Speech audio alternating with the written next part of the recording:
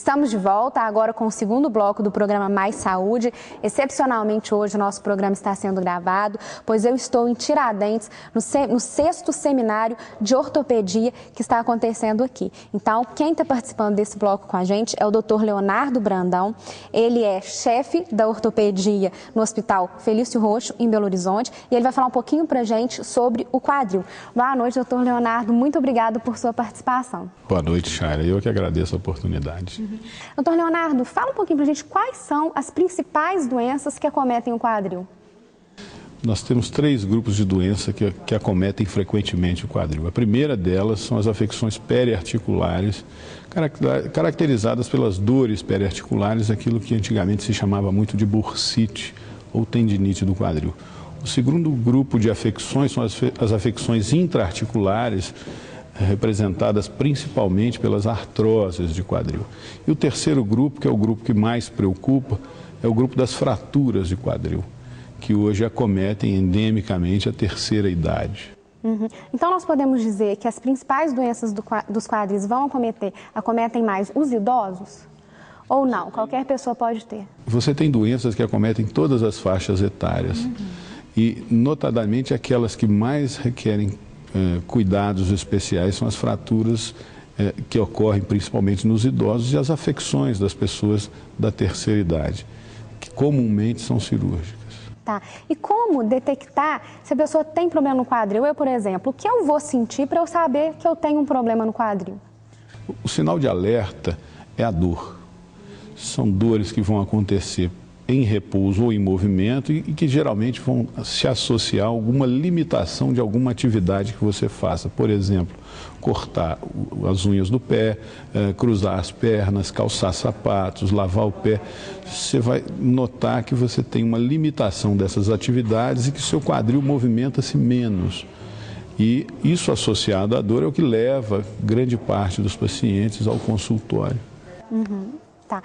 E fala um pouquinho pra gente, doutor Leonardo, quais são os cuidados que nós, na nossa faixa etária, deve ter com os quadris e quais os cuidados os idosos devem ter, os acompanhantes de idosos devem ter para os idosos não sofrerem quedas e sofrer uma lesão no quadril? Bom, com relação a todas as pessoas, nós devemos ter os cuidados da vida saudável. Nós devemos nos manter com uma boa alimentação, uma alimentação rica em todos os grupos de alimentares. Devemos manter a nossa atividade física com uma frequência, uma regularidade, uma intensidade também já determinados. E, por fim, nós devemos fazer as nossas consultas regularmente para poder surpreender no início qualquer tipo de alteração. Com relação aos idosos, a prevenção das quedas começa em casa. Mais da metade das quedas que os idosos sofrem, que vão levar a uma fratura do fêmur proximal, elas vão acontecer dentro do ambiente domiciliar. Então são cuidados básicos, como remover os tapetes, colocar barras de apoio ao redor da casa, nos banheiros, deixar uma luz acesa na hora que você for deitar, a luz do banheiro acesa, para que você possa ter uma iluminação no seu caminho.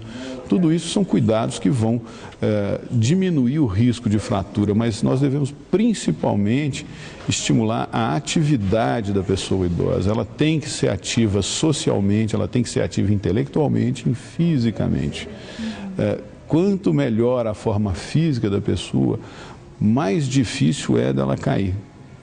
Ela se reequilibra no caso de um pequeno desequilíbrio, de um pequeno escorregão, ela consegue se equilibrar. E se ela cair, ela tem uma massa muscular que dissipa a energia desse trauma com uma frequência maior, com uma eficiência maior. Então ela diminui a fratura.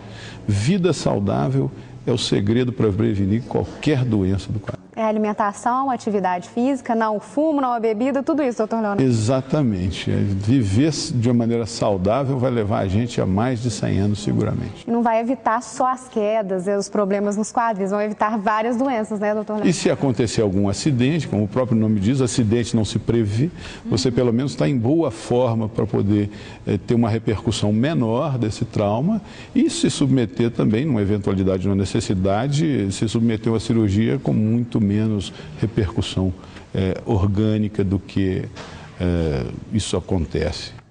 As crianças podem sofrer problemas nos quadris ou não é muito comum? Elas já podem nascer com problemas nos quadris. É muito importante o exame do recém-nascido por uma pessoa que saiba detectar esses problemas, são os deslocamentos congênitos dos quadris, e isso, quando tratado na primeira infância, na tenra idade, isso vai diminuir as repercussões dessa doença no futuro.